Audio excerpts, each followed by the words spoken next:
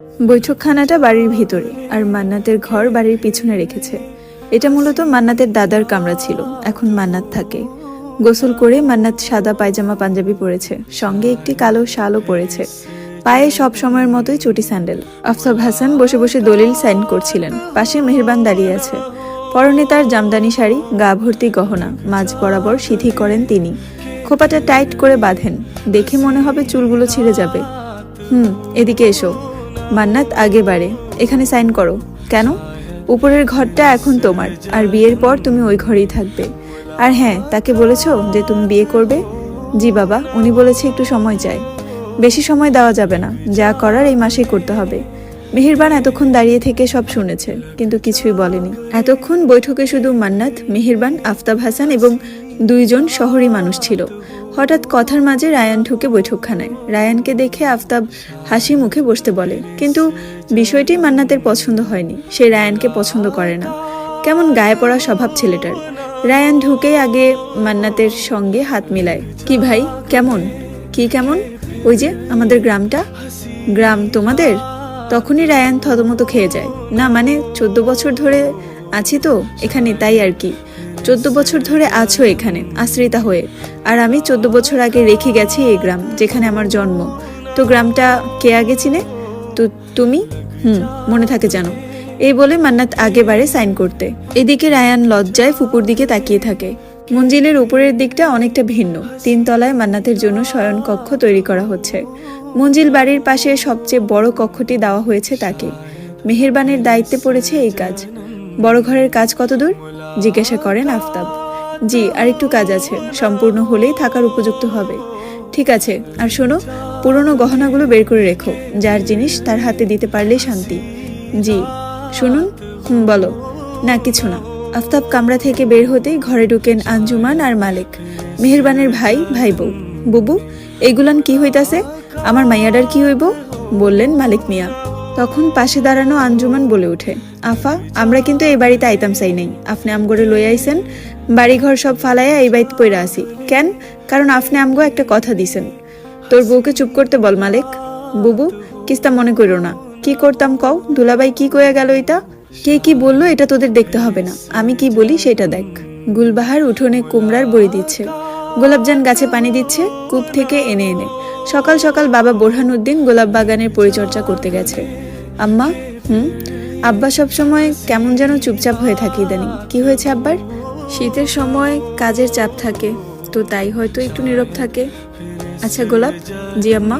তোর বাপের এই ব্যাপারটা আমিও খেয়াল করলাম, কিছুদিন হয় উনি তেমন কথা বলে না আমার সঙ্গে। এই বলে গুলবাহারও একটু চিন্তা করছে তার স্বামীকে নিয়ে। আম্মা, তুমি চিন্তা করো না, আমি আব্বার সাথে কথা বলবো না। এই বলে গোলাপজান কূপের সামনে ঝুঁকে বালতি দিয়ে পানি তুলতে, আর তখন এক পিচ্চি একটি প্রজাপতি ধরে নিয়ে আসে গোলাপজানকে দেখাতে। গোলাপ বুবু, দেখো আমি কত সুন্দর একটা প্রজাপতি ধরছি। গোলাপজান পিছন ফিরে বলে, খুব সুন্দর। তোমার কাছে কিছুই নাই, দুর্বল প্রজাপতি। গোলাপজান পিছনে তাকিয়ে দেখে মান্নাত দাঁড়িয়ে আছে। আপনি এত সকালে আমাদের বাড়ি? কেন, তোমাদের বাড়ি আসা কি নিষেধ নাকি? না, আমি সেটা বলিনি। আব্বা তো বাড়িতে নেই। কোথায় গেছে? গঞ্জে গেছে। হঠাৎ গোলাপজানের নজর পড়ে মান্নাতের পায়ের দিকে। মান্নাত এক পা করে এগোচ্ছে, আর গোলাপজান এক পা করে পিছনে যাচ্ছে। ভয়ে তার হাত পা কাঁপছে। পিচ্চিটা হঠাৎই দৌড় দিয়ে বাড়িতে ঢুকলো। কাকিয়াম্মা, ও কাকিয়াম্মা, কই তুমি? লাঠি লও জলদি, গোলাপ বুবুরে মাইরা ফালাইব। গুলবাহার এই কথা শুনে দৌড়ে গিয়ে উঠান থেকে একটি মোটা লাকড়ি তুলে নেয়। রান্নার জন্য শুকাতে দিয়েছিল কিছু লাকড়ি, সেখান থেকেই একটা মোটা দেখে হাতে নিয়েছে। আর এইদিকে গোলাপজান ভয়ে জায়গায় স্থির হয়ে আছে, যেন বরফের ন্যায় জমে গেছে। মান্নাত আগে বাড়ার গোলাপের ভীষণ অস্থির লাগছে। এইদিকে যেই না মান্নাত গোলাপজানের কোমরের দিকে হাত বাড়ায়, ঠিক ওই মুহূর্তে গুলবাহার কাঁচা লাকড়ি দিয়ে মান্নাতের পিঠে বাড়ি দেন। মান্নাত রাগে কটমট করে পিছনে তাকায়, আর গুলবাহারের দিকে অগ্নিদৃষ্টিতে দেখে। গুলবাহার তো একটা বাড়ি দিয়েই থতমত খেয়ে গেছেন, এটা সে কি করলো? গুলবাহার মান্নাতের হাতের দিকে তাকায়, দেখে মান্নাতের হাতে একটি জীবন্ত সাপ ঝুলছে। গোলাপজান ভয়ে গিয়ে মায়ের পিছনে লুকায়। ভয়ে ভয়ে মান্নাতের দিকে তাকাচ্ছে একটু পরপর। গুলবাহার রাগে ওই পিচ্চির দিকে তাকায়। পিচ্চি বলে, আরে জেডি, তুমি তো কথা শুনলাই না, দৌড় দিলা। আমি তো কইতেই পারলাম না যে গোলাপ বুবুর পিছনে সাপ আইছে, বুবুরে মাইরা ফালাইব। মান্নাত কিছু বলতে যাবে তখনই নজরে পড়ে মায়ের পিছনে লুকিয়ে থাকা একজোড়া মায়া ভরা চোখের দিকে। কি তার দৃষ্টি, যেন 7 খুন মাফ। এই চোখ আমাকে ঘায়েল করে, তাই চাইলেও আমার ক্ষমতা নেই তাকে উপেক্ষা করার। মনে মনে এই কথা বলে চলে যায় মান্নাত। তখন মূলত গোলাপজানের পিছনের কূপের দেয়ালের উপর একটি সাপ ছিল। সেটাই মান্নাত সরাতে গোলাপের কোমরের পাশে হাত রাখে, আর গুলবাহার এই অকাজটা করে বসে। উঠানে 2 মা মেয়ে এখন চিন্তায় মগ্ন আছে। আল্লাহ জানেন এই অপরাধে এখন তাদের কি শাস্তি পেতে হয়। কি গো গোলাপের মা, বাড়িতে আসো? গুলবাহার বাড়ির উঠোনের মাথার টিনের দরজার দিকে তাকায়। এই টিনের দরজাটি মূলত বাড়ির বাউন্ডারি দেওয়ার সময় লাগানো হয়েছিল, আজ থেকে 13 বছর আগে। কারণ গোলাপজান যখন হাঁটা শিখে 1 পা 2 পা করে, তখন ছোট্ট গোলাপ বাড়ির সীমানার বাহিরে চলে যেত। তাই বোরহানউদ্দিন পুরো বাড়ি বাঁশ আর টিনের সাহায্যে বাউন্ডারি দিয়েছে। জি চাচি আম্মা, আছি, আসুন। পাখি কি তুমগো বাইতাইছে? না তো। কেন দাদি, পাখি কোথায় গেছে? জানি না গো বোন, সকাল থেকে দেখতাছি না। কি বলেন? প্রান্ত ভাইয়াকে বলুন খুঁজে দেখতে। হ্যাঁ তো আবার শহরে গেছে, কইলো কি কাম জানি আছে। বৃদ্ধ মহিলাটি পাখি আর প্রান্তর দাদি। উনি পাখিকে কোলেপিঠে করে মানুষ করেছে। প্রান্তর যখন 7 বছর, তখন পাখিকে দুনিয়ায় আনতে যেয়ে প্রান্তের মা দুনিয়া ত্যাগ করেন। আর ওদের বাবার শরীরটাও তেমন ভালো থাকে না।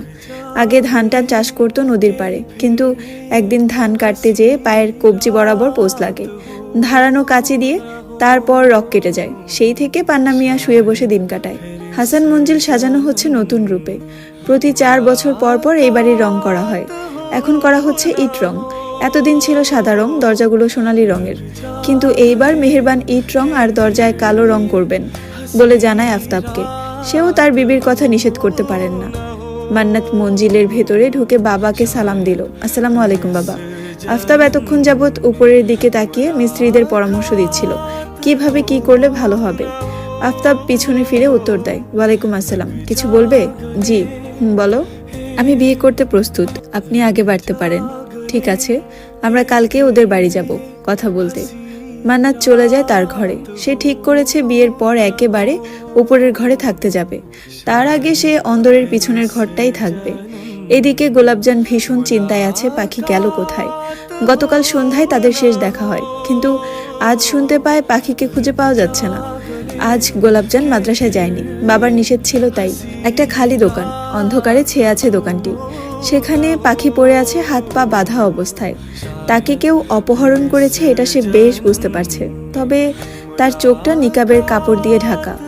সকাল 7:30 সে বাড়ি থেকে বের হয় গোলাপজানের বাড়ির উদ্দেশ্যে। যখন শুনতে পেল গোলাপ যাবে না, তখন সে সাথীকে সঙ্গে নিয়ে যায় মাদ্রাসার উদ্দেশ্যে। পরনে 2 জনের গায়েই ছিল কালো বোরকা আর কালো হিজাব নিকাব। তারপর আর মেয়েটার কিছু মনে পড়ছে না। কিছুক্ষণ পর অন্ধকার দোকানের শাটার উঠায় এক ছেলে। ছেলেটির পরনে হাফ হাতা গ্রামীণ চেক শার্ট এবং একটি কালো প্যান্ট, সঙ্গে আরও একজন অজ্ঞাত ব্যক্তি। দোকানে আলো ঢোকার সঙ্গে সঙ্গে জর্জেটের নিকাব দিয়ে পাখি দেখতে পায় পুরো দোকান জুড়ে শুধু চালের বস্তা। এটি একটি গুদাম ঘর। ছেলেটি সামনে এসে পাখির নিকাব টানতেই পাখি চিৎকার দেওয়ার চেষ্টা করে, কিন্তু ছেলেটি মুখ চেপে ধরে। পাশের লোকটি রাগে গর্জে উঠে সামনের ছেলেটাকে এক লাথি মেরে বসে। ওই জারজের বাচ্চা, এটা কি আনছস তুই? তোরে কইছি বোরহানের সেরিডারে আনবি, তুই এটা কারে ধরে আনছস? কুত্তার সওয়াল। সন্ধ্যা নেমে এলো। এইদিকে পাখির দাদি, গুলবাহার, বোরহানউদ্দিন, গোলাপজান সহ গ্রামের আরও কিছু ব্যক্তি পাখিকে খুঁজতে বের হয় হারিকেন, কুপি, টর্চ নিয়ে। যে যার হাতের সামনে যা পেয়েছে তা নিয়ে খুঁজতে বের হয়ে পড়েছে। আম্মা, পাখির কি হলো? ও কোথায় চলে গেল? আল্লাহ আল্লাহ কর্মা, মেয়েটার ভাইও গ্রামে নেই। আল্লাহ জানে মেয়েটা কোথায় আছে, কেমন আছে। গ্রামের সবাই গেল হাসান মঞ্জিলের সামনে। দারোয়ানকে বলল আফতাব হাসানকে ডেকে দিতে। বাড়ির সামনে এত চিল্লাফাল্লা শুনে মেহেরবান দোতলার ব্যালকনিতে এসে দাঁড়ায় দেখার জন্য কি হয়েছে। তারপর সে নিচে নেমে আসে। কি সমস্যা? এখানে এত ভিড় কেন, তাও আবার এই রাতের বেলায়? মালকিন, আমার নাতনিডারে সকাল থেকে পাইতাছি না। সাহেবরে একটু কন্যা একটু সাহায্য করতে। উনি প্রেশারের ওষুধ খেয়ে শুয়েছেন, এতক্ষণে বোধহয় ঘুমিয়েও পড়েছে। আপনারা কাল সকালে আসুন। কি হয়েছে এখানে?